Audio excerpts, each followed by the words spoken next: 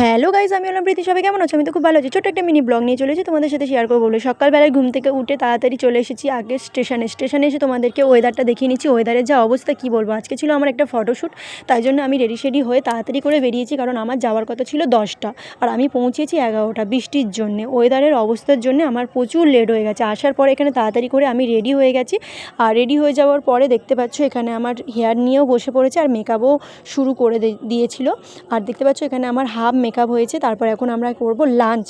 আর এটা হলো আমার কাকিমা, আমাদেরই রিলেটিভ। এখানে মাংস করেছিল আর তোমার দই কাতলা করেছিল, খুব টেস্ট হয়েছিল, মানে খুব সুন্দর হয়েছিল।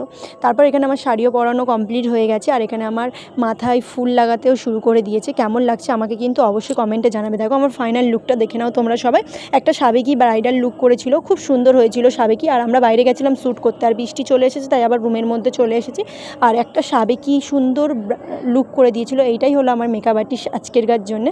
খুব সুন্দর মেকআপ করে। কেউ যদি বুকিং করতে চাও অবশ্যই বুক করতে পারো আর কন্ট্যাক্টও করে নিতে পারো। আর এখানে দেখতে পাচ্ছ রিলসের জন্য চাল দিয়ে রিলস বানাচ্ছিলাম একটা। এখানে রিলস বানাতে বানাতে এত হাসি পাচ্ছিল কি বলবো। তারপর এখানে দেখো জল দিয়ে চোখে জল আনার চেষ্টা করছি আর এখানে বিদায়ের একটা রিলস বানাচ্ছিলাম।